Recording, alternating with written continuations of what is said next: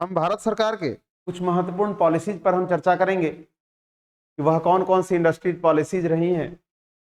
तो पुराने इंडस्ट्रीज की जो पॉलिसीज हैं उससे जाने से पूर्व हम नई इंडस्ट्री पॉलिसी पर हम चर्चा कर लें। इसका निर्माण जो 2018 में किया गया। तो नई इंडस्ट्रियल पॉलिसी 2018 ये क्या कहती है, आखिर इसकी क्या आवश्यकता पड़ गई, मौजूदा समय में इसकी क्या महत्वाकांक्षाएं हैं, इसका क्या परिदृश्य है, इसी पर आज हम चर्चा करेंगे। पुनः सभी को good morning all of you, है ना। टेस्ट भी आपके कराए जाएंगे, बहुत बच्चे टेस्ट जो है के लिए अप्रोच कर रहे हैं। तो नेक्स्ट सेशन में आपके जो है क्वेश्चन टाइप किए जा रहे हैं, जितना आपका चैप्टर हुआ है उन सभी के प्रश्न बनाए जा रहे हैं। बहुत जल्द ही आपके पास इस छठ पूजा के बाद, याद रखेंगे छठ पूजा के बाद आपका क्वेश्चन का सीरीज पूरा प्रारंभ होगा। तब तक पूरा आप पुराना जितना स्टडी है उसको कवर कर लें, ताकि उधर लगातार जो टेस्ट सीरीज कराए जाएंगे 2, 3, 4 अलग अलग टॉपिक पर, तो आप उसको पूरा कवर कर पाएंगे। ठीक है, अब हम आगे चर्चा करते हैं कि भारत सरकार द्वारा कुछ जो पॉलिसीज निर्माण की गई है उसमें नई इंडस्ट्रियल पॉलिसी का क्या खासा महत्व है, और वर्तमान की न्यू पॉलिसी से कहां प्रश्न रहने की संभावना होती है, हम उस पर चर्चा करते हैं। प्रिय छात्रों, आप सभी को मैं बता देना चाहता हूं कि आपको पुरानी औद्योगिक जितनी सारी नीतियां बनी हैं उससे अधिक नई औद्योगिक नीतियों पर जो है प्रश्न होने की संभावना रहती है। साथ ही साथ इस बात का भी ध्यान रखें कि जो पुरानी औद्योगिक नीति है, कम से कम हमने कहा था कि उसको ईस्वी सन जो है आपको याद रखना पड़ेगा कि कौन से जो है औद्योगिक नीतियां हैं, इसमें क्या बनाए गए, कौन से इंडस्ट्री का निर्माण किया गया। हम इसको चार्ट के माध्यम से समझने का प्रयास करेंगे, लेकिन उससे पूर्व हम नई औद्योगिक नीति पर चर्चा कर लें कि वो क्या कुछ कहता है। तो हम लोग शुरुआत करते हैं नई औद्योगिक नीति 2018। ठीक है, नई औद्योगिक नीति 2018, न्यू इंडस्ट्रियल पॉलिसी 2018, इसके बारे में हम चर्चा करते हैं। इसमें क्या कुछ महत्वपूर्ण है। तो सबसे पहली बात, भारत सरकार की यह जो है औद्योगिक नीति 27 साल के बाद एक ऐसी नीति बनी। विगत 27 ईयर में ऐसी नीति नहीं बनी थी। विगत पुराने 27 साल के नीतियों के आधार पर जो है इसका पुराने नीतियों का जो है पुनर्विलोकन किया गया इस नीति में। ठीक है, पहली बात कि पुनर्विलोकन किया गया, ताकि विगत जो 27 साल के पिछले जो है नीतियां बनाई गई हैं उनके नियमों, उनके आदर्शों और उनके द्वारा बनाए गए जो मार्ग हैं उनको प्रशस्त किया जा सके, आगे बढ़ाया जा सके। तो पहला टर्म में तो यही है कि जो नई औद्योगिक नीति 2018 है ये पुराने 27 साल के नीतियों को मार्ग जो है प्रशस्त करेगा। तो ये क्लियर है, यह पुनर्विलोकन किया गया और ये पुराने जो है 27 साल के नीतियों जो है लाभकारी नीतियां हैं उनके मार्ग को क्या करेगा, या प्रशस्त करेगा, है ना, या मार्ग को बनाएगा। ठीक है, यह मार्ग बनाएगा जिसका आधार जो है विकास होगा। ठीक है, तो ये एक पहली बात। अगर हम दूसरी चर्चा करें तो ये नीति का जो लक्ष्य है, जो नई औद्योगिक नीति 2018 लाई गई, इसका जो उद्देश्य रहा कि विगत 2 दशकों में, 2 दशकों में, विगत 2 दशकों में जितनी जो है बेरोजगारी बढ़ी है, एम्प्लॉयमेंट बढ़ा है, ठीक है, पॉवर्टी बढ़ी है, बेरोजगारी और गरीबी, है ना, बेरोजगारी और गरीबी जो बढ़ी है इसको जो है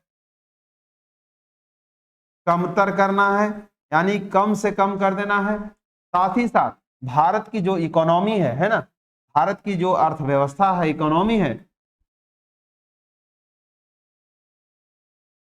भारत की जो अर्थव्यवस्था है उसे 100 अरब जो है डॉलर तक पहुंचाने की जो है मंशा रखी गई। तो कुछ कुछ मेजर हैं जो आपको याद रखना है। ठीक है, जहां से क्वेश्चन आ सकता है कि नई औद्योगिक नीति का उद्देश्य क्या रहा है, हम अभी क्वेश्चन में बना के देंगे। तो 2018 की जो औद्योगिक नीति रही है, इसका उद्देश्य रहा है कि विगत 2 दशकों में, विगत 20 वर्षों में भारत में जितनी सारी एम्प्लॉयमेंट बढ़ी है, पॉवर्टी बढ़ी है, उनकी जो सीमा है वो कम से कम कर देनी है। और उम्मीद रखना है कि यह लगभग 2030 तक आते आते इनकी जो है स्थिति जो बिल्कुल नगण्य हो जाए, लगभग ना के बराबर हो जाए। और दूसरी तरफ 2 दशकों में गरीब बेरोजगारी को कम करने के साथ साथ भारत की जो अर्थव्यवस्था है उसे 100 अरब डॉलर के आसपास पहुंचना है, ताकि जो भारत का व्यापार है वो अंतर्राष्ट्रीय पटल पर पहुंचे। और वर्तमान में हो रहे जो है आज भारत के हो रहे 2.1 ट्रिलियन डॉलर का व्यापार को बढ़ाकर 5.5 ट्रिलियन डॉलर के आसपास करना है। ठीक है, तो ये कुछ उद्देश्य रहा।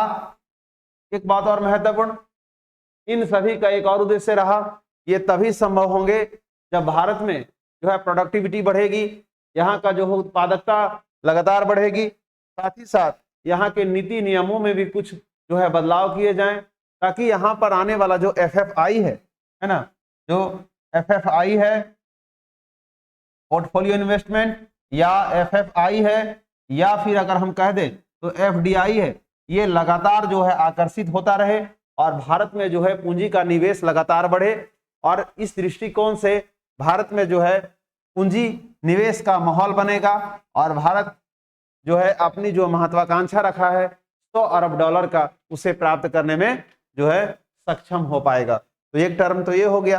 अब हम दूसरे आदर्शों पर इस पर हम चर्चा करेंगे, इस औद्योगिक नीति की कि आखिर इसकी आवश्यकता क्यों पड़ी। कहता है भारत राजनीतिक रूप से, है ना, भारत राजनीतिक रूप से और आर्थिक रूप से, दो महत्वपूर्ण, भारत राजनैतिक रूप से पॉलिटिकली या इकोनॉमिकली, है ना, दो, आर्थिकी, इन दोनों रूपों में जो है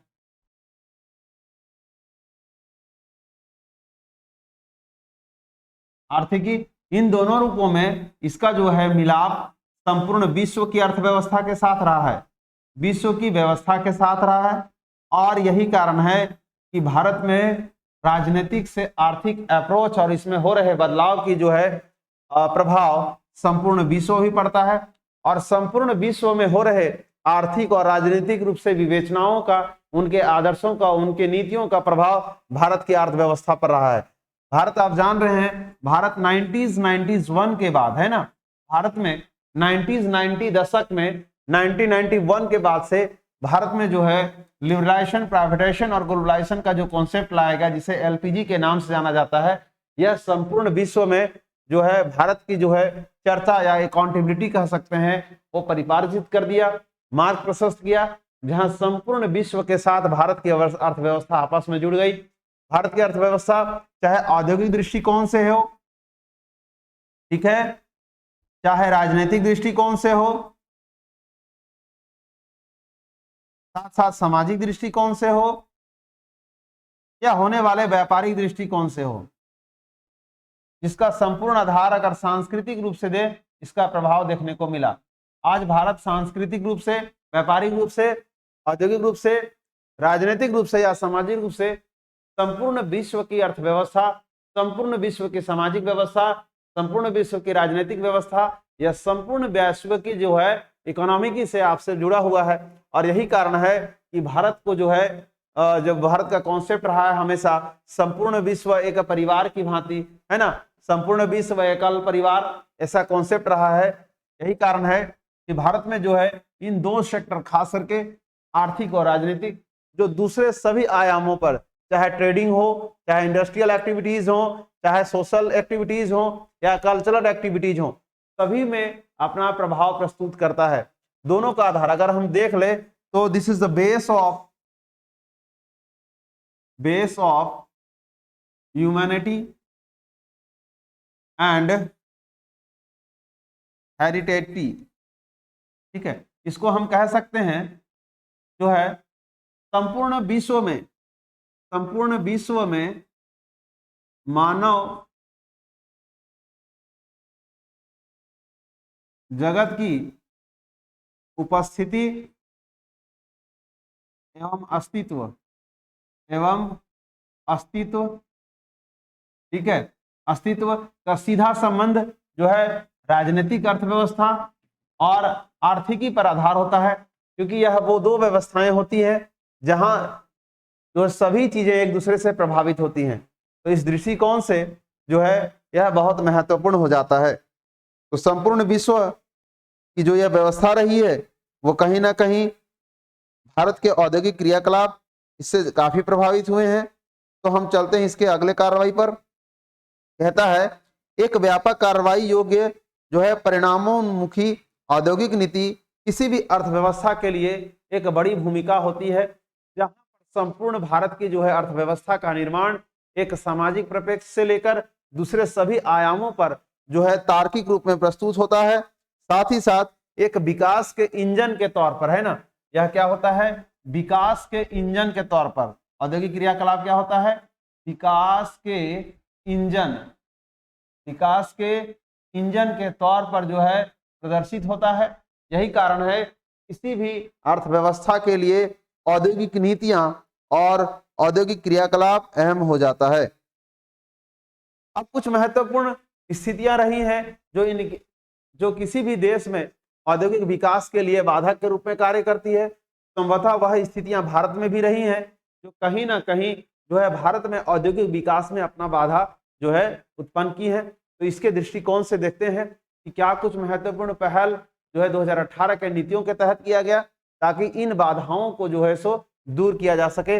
उसके लिए जो है एमएसएमई कॉन्सेप्ट लाए गए, कहां पर जो है से किन नियमों में ढील दी गई, कौन से नए रूल्स बनाए गए, कहां पर स्टेट गवर्नमेंट के किस जो है इंडस्ट्री के कौन से सेक्टर के लिए उन्हें छूट दी गई, कितना छूट दिया गया, इन्हीं पर हम चर्चा करेंगे। ठीक है, तो यहां तक आपका ये सेक्टर हो गया।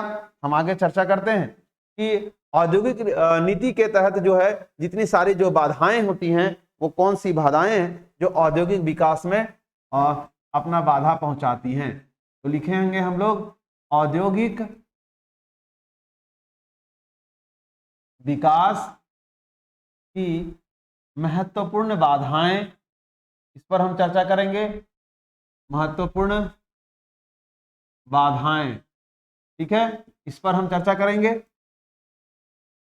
ठीक है, मेजर जो है फैक्टर यहां पर आएंगे, मेजर जो है डिस्टेंसेस आएंगे जो इनके इंडस्ट्रियल डेवलपमेंट में अपनी भूमिका अदा करेंगे। तो वो कौन कौन सी महत्वपूर्ण बाधाएं हैं जो इंडस्ट्रियल डेवलपमेंट के लिए जो है रुकावट बन रही हैं, तो इस पर हम चर्चा करते हैं एक एक बिंदुवार, ताकि आपको सभी चीजें कवर हो सकी। तो आए अगर हम नंबर 1 की बात करें तो सबसे पहला होता है किसी देश में जो है पर्याप्त संसाधनों की उपलब्धता। तो ऑब्वियसली है कि आपको ये पहला पॉइंट नहीं बनानी है, क्योंकि अगर किसी भी देश में अगर इंडस्ट्रियल डेवलपमेंट का आधार नहीं होगा, इंडस्ट्रियल के लिए रॉ मटेरियल्स नहीं होंगे, तो डेफिनेटली है कि वहां जो है उद्योगों का विकास करना संभव नहीं होगा। साथ ही साथ वहां औद्योगिक क्रियाकलाप की जो है बात के बारे में हम चर्चा भी नहीं कर सकते, क्योंकि इंडस्ट्रियल डेवलपमेंट वहीं किए जा सकते हैं जहां उपलब्ध मात्रा में जो है पर्याप्त मात्रा में खनिज की उपलब्धता हो। लेकिन दूसरा सेक्टर होता है जो महत्वपूर्ण भूमिका अदा करता है, तो हम लोग कह सकते हैं बुनियादी ढांचा। बुनियादी ढांचा, इंफ्रास्ट्रक्चर के बारे में बात हो रहा है। ठीक है, जहां इंफ्रास्ट्रक्चर नहीं होगा, पर्याप्त मात्रा में होंगी, तो वहां जो है औद्योगिक विकास में बाधा पहुंच सकती है। नियम कहता है कि अर्थव्यवस्था के तेजी से विकास के लिए बुनियादी ढांचे पर जोर दिया जाता है, और इसीलिए 2018 में बुनियादी ढांचे पर विशेष जोर दिया गया है। ठीक है, कहता है कि गुणवत्तापूर्ण औद्योगिक बुनियादी ढांचे की कमी को परिणाम स्वरूप उच्च असद लागत हो जाती है। बदले में वैश्विक बाजारों में भारतीय वस्तुओं की लागत जो है प्रतिस्पर्धात्मक रूप में जो है प्रभावित होती है। यही कारण है कि बुनियादी ढांचा पर जोर दिया गया है, ताकि त्वरित और उचित मूल्य में भारतीय वस्तुओं की मांग संपूर्ण विश्व में बनी रहे, उनका मूल्य स्थिर और संतुलित रूप में बना रहे, ताकि वैश्विक बाजारों में गुणवत्ता के साथ साथ उन वस्तुओं की मांग में वृद्धि बनी रहे, और अल्टीमेटली रुपया डॉलर के मुकाबले या विश्व के दूसरी जो है इकोनॉमिकल जो है संकेत उसके मुकाबले, चाहे डॉलर हो यूरो हो, इसके मुकाबले रुपया भी जो है अपनी मजबूती प्रदान करे। और ये तभी होगा जब भारत में प्रोडक्टिविटी के साथ साथ हायर प्रोडक्टिव जो है गुणवत्ता आधारित जो है डेवलप होंगे। और ये तभी होगा जब वहां का बुनियादी ढांचा कुछ नॉर्मल स्थितियां जो है सामान्य होंगी। अब आपके पास होगा कि वो क्या स्थितियां होंगी जिसे हम बुनियादी ढांचा में शामिल करेंगे। तो बुनियादी ढांचा में कुछ महत्वपूर्ण है जिसके बारे में हम चर्चा करते हैं, आपको समझाने का प्रयास करते हैं। अगर क्वेश्चन में आएगा तो आप कैसे बनाएंगे। तो कुछ महत्वपूर्ण जो है सेवाएं हैं जिनको बुनियादी ढांचा में शामिल किया जाता है, जो आवश्यक रूप से उपलब्ध होने चाहिए। सबसे महत्वपूर्ण होता है परिवहन की व्यवस्था, है ना। वहां पर परिवहन की व्यवस्था होनी चाहिए और परिवहन का यह भी ध्यान रखना है कि सस्ते परिवहन हो, दूरी कम हो, इस बात की भी ख्याल रखी जानी चाहिए। दूसरा महत्वपूर्ण होता है संचार की व्यवस्था, ताकि सूचनाओं का जो है त्वरित जो है प्रसार किया जा सके। तीसरा महत्वपूर्ण होता है कच्चे माल के जो है लागत, कच्चे माल के जो है उत्पादन लागत कमी हो, इसके लिए जो है वहां पर प्रबंधन बेहतर होने चाहिए। कच्चे माल उत्पादन के प्रबंधन मैनेजमेंट सही होना चाहिए। नेक्स्ट अगर हम चर्चा करें तो जो है उन्नत मशीनरी, ठीक है, उन्नत मशीनरी की व्यवस्था होनी चाहिए। ठीक है। नेक्स्ट अगर बात कर दें तो ऊर्जा के साधन होने चाहिए, ऊर्जा के साधन उपलब्ध होने चाहिए। ठीक है। और अन्य बुनियादी के बारे में चर्चा करें तो कुछ महत्वपूर्ण जो है औद्योगिक नीतियां या कानून जिसके तहत जो है सरकार द्वारा जो है संरक्षण के साथ साथ औद्योगिक एक्टिविटी के लिए, इंडस्ट्रियल एक्टिविटीज के लिए जो है सो बढ़ावा भी मिल सके, प्रोत्साहन भी मिल सके। ठीक है, प्रोत्साहन, ये व्यवस्था होनी चाहिए। अगर ये सारी व्यवस्थाएं मौजूद हैं तो माना जाएगा कि बुनियादी ढांचा, इसको कहते हैं इसको हम एक लाइन में कह सकते हैं आवश्यक माहौल या वातावरण, है ना, माहौल या वातावरण कह सकते हैं जो उद्योगों के लिए आवश्यक होगा। और उसके लिए क्या होगा, किसी भी राज्य कानून, किसी भी देश का कानून, उनकी नीतियां संरक्षण वाली होनी चाहिए, कंजर्वेट होनी चाहिए। 7 साल के उनकी नीतियां जो है प्रोडक्शन में बढ़ावा दे, जो है डेफिनेटली उसको डेवलपमेंट में अपना योगदान दे, ऐसे होने चाहिए। साथ साथ समय समय पर उन्हें प्रोत्साहन दिया जाना चाहिए। भारत सरकार ने इसी प्रोत्साहन और संरक्षण कंजर्वेशन को बढ़ावा देने के लिए जो है अलग अलग फेरा फेमा जैसे कानून लाए। साथ ही साथ उनको प्रोत्साहन मिले, उनके कार्यों को और अधिक सराहा जाए और उनको अलग अलग आयामों पर तय किए जाएं। इसीलिए जो है नवरत्ना, महारत्ना, मिनी रत्ना जैसे कॉन्सेप्ट लाए गए। तो हम आगे पढ़ेंगे कि कौन कौन से जो है कंपनियां वर्तमान में मिनी रत्ना में शामिल की गई हैं, ताकि उन्हें कुछ व्यापारिक कानून के तहत उन्हें छूट दिए जाते हैं। कई नवरत्ना कंपनियां हैं, तो वो कौन कौन सी हैं, ये करंट अफेयर्स का विषय है, ये सारे सेक्शन इसमें चले जाएंगे। ठीक है। तो 2018 के तहत इन सभी मुद्दों पर जो है विशेष चर्चा की गई, ताकि इन मुद्दों पर कार्य किए जा सके। और विगत 27 वर्षों का जो पुराना जो हमारा औद्योगिक नीति समय समय पर बनता रहा, जिसमें भारत के विकास के लिए कई योजनाएं, परियोजनाएं की आधारशिला रखी गई, कई इंडस्ट्रियों का जो है विकास किया गया, और वो आज भी जो है पूर्ण रूप से प्रोडक्शन को बढ़ावा नहीं दे पा रहे हैं और कहीं ना कहीं रुग्णता का शिकार हो गए हैं। तो वो क्या महत्वपूर्ण है, तो कहीं ना कहीं उसका उद्देश्य जो है बुनियादी रूप से वो कमजोर रहे हैं, तो उस पर चर्चा की जाएगी। ये हमारा 2018 के जो है नीति है, इंडस्ट्रियल पॉलिसी है, उसका उद्देश्य रहा है।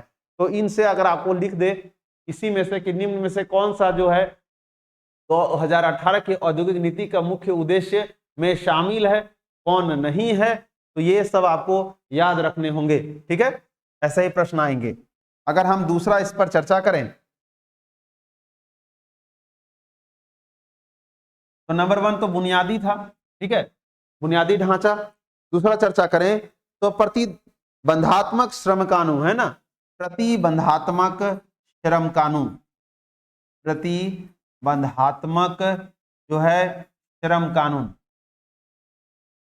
श्रम कानून, कई सारे जो है श्रम कानून, कुछ खास नियम जो है श्रम आधारित बनाए जाते हैं, ताकि उद्यमों में काम करने वाली जो श्रमिक है, श्रमिक आबादी, एक बड़ी आबादी जिसको है कंजर्वेट किया जा सके, उनको साथ साथ में सोसाइटिकल लेवल पर, उन्हें पॉलिटिकली रूप से, उन्हें एडमिनिस्ट्रेटिव लेवल पर, हर जगह पर उन्हें सिक्योरिटी प्राप्त हो, और साथ साथ में उनके लिए जो है रिहेबिलिटेशन की भी व्यवस्था हो, पुनर्वास की भी व्यवस्था हो, ताकि क्षतिपूर्ति की अवस्था में वो अपने आप को रिकवर कर पाए।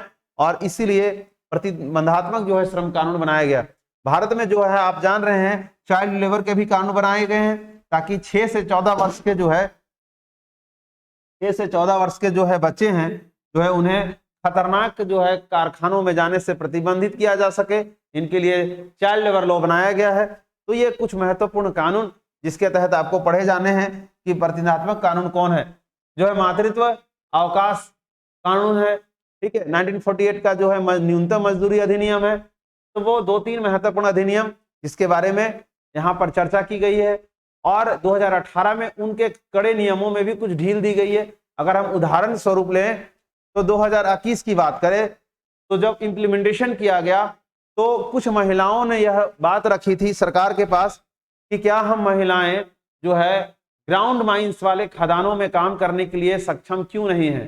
ये हमारा क्या है, समानता के अधिकारों के खिलाफ है। तो एक्चुअली ये आवश्यक नहीं है कि महिलाओं को जो है ग्राउंड माइंस में काम नहीं करने दिए जाए, लेकिन सरकार ने तर्क दिया कि चूंकि महिलाएं जो है शारीरिक रूप से उनकी सजगता, उनकी सुरक्षा को ध्यान में रखकर ऐसे निर्णय लिए जा रहे हैं कंपनियों द्वारा, ताकि उन्हें जो है खतरनाक कामों में जाने से रोका जा सके, उनके जो है सिक्योरिटी को ध्यान में रखकर किया जा रहा है। लेकिन जो महिलाएं सजग हैं, काफी सुरक्षित हैं और अपने आप को कैपेबल पाती हैं, तो उन्हें उन जगह पर काम करने से रोका नहीं जा सकता, क्योंकि यह उनके अधिकार के अंतर्गत आता है। तो कुछ ऐसे दांव पेच हैं जो अलग अलग समय पर आपसे क्वेश्चन में आएगा, जिसकी चर्चा हम करंट अफेयर्स के दौरान करेंगे। और आपको भी पढ़ाई करनी है, आए दिन अखबारों में ऐसी चर्चाएं होती रहती हैं और आपके उससे प्रश्न पूछे जाएंगे। तो उनका संबंध रहा है समानता का अधिकार से, जहां उन्हें पुरुष के तुलना में महिलाओं को कमजोर समझा गया, वह अपने आप को सक्षम नहीं मानी और महिला सशक्तिकरण को ध्यान में रखते हुए उन्होंने केस फाइल किया था कि हम किसी भी मामले में पुरुष से कम नहीं है। और उनके बात 100% सही है कि आज महिलाएं किसी भी मामले में पुरुषों से कम सक्षम नहीं है। वो एयरपोर्ट के साथ साथ माइंस खदान हो, रसायन उद्योग हो, या सामुद्रिक विमान पतन हो, या अंतरिक्ष जो है जाने की व्यवस्था हो, हर जगह में महिलाएं पुरुषों के साथ कंधे से कंधे मिलाकर, अकॉर्डिंगल हम ये भी कह सकते हैं कि महिलाएं आज पुरुषों से आगे हैं। ठीक है, तो इन बात पर जो है कोर्ट ने भी अपनी मुहर लगा दी कि यह आधार एक नहीं हो सकता कि महिलाओं को जो है रोके जाने के लिए सिक्योरिटी। लेकिन हाँ, एक आधार जरूर हो सकता है कि अगर वह शारीरिक रूप से अक्षम है या वो जाने में सक्षम नहीं हो, तो ऐसी स्थिति में खतरनाक कारखानों या खदानों में उन्हें जाने से रोका जा सकता है। तो ये सभी जो है प्रतिबंधात्मक जो श्रम कानून है, तो इसमें कौन कौन से नए आए हैं, सिर्फ आपके प्रश्न वहां से पूछे जाते हैं, और किस कानून में बदलाव किए गए हैं वहां से क्वेश्चन पूछे जाते हैं। तो आपको जो है सो कवर कर लेना है। तो इसमें 2 महत्वपूर्ण कानून है, 1948 का और 1956 का जो है, जिसमें जो है बदलाव किया गया, जिस पर हम पिछले क्लास में चर्चा किए हैं। ठीक है, आगे हम आते हैं। कहता है कि जटिल कारोबारी माहौल, है ना। तीसरा जो हमारा पॉइंट